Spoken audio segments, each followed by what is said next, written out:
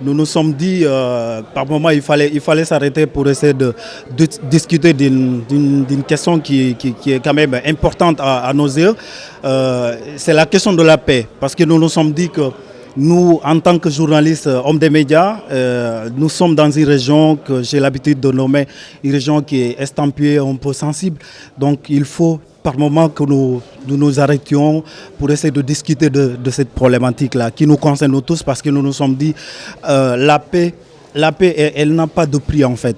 Si nous autres journalistes, nous ne jouons pas notre rôle, donc ça veut dire qu'on aura failli à notre mission, et si on faillit à notre mission, ça peut conduire à des dérives. On a convié à des personnalités de la société civile, les organisations humanitaires qui s'activent dans la recherche de la paix. Depuis des années, il fallait qu'on leur donne de la parole, qu'on échange avec toutes ces organisations-là pour voir qu'est-ce qui a été fait jusqu'ici, qu'est-ce qu'elles ont fait jusqu'ici depuis le déroulement de ce conflit-là. Et au sortir de ces échanges, on a gagné en expérience en fait, parce que dans la salle, on avait pratiquement beaucoup de composantes. Et la composante qui m'a le plus marqué, ce sont les gens de Djakaï. Ce sont ces anciens combattants ou bien les anciens porteurs d'armes qui ont accepté de déposer les armes au mois de mai dernier.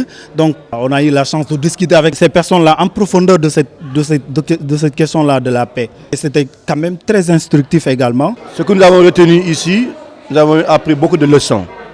Des leçons de dire que la paix a besoin de tous les acteurs, principalement vous, la presse, et vous l'avez magnifié. Mais également l'ensemble des composantes de la société pour que la paix soit consolidée. Remercier ici Djakaï et l'État du Sénégal avec le 13 mai 2023, ils ont eu à faire un acte de bravoure qui nous a amené à l'accord de paix le 13 mai 2023 à Mongone entre l'État du Sénégal et Djakaï. C'est un courage. Et nous souhaitons qu'à l'occasion de ce panel, ça peut tirer d'autres pas ou bien d'autres défis qui vont être levés vers les autres factions du MFDC pour aller aux négociations, mais également et un jour arriver aux accords de paix.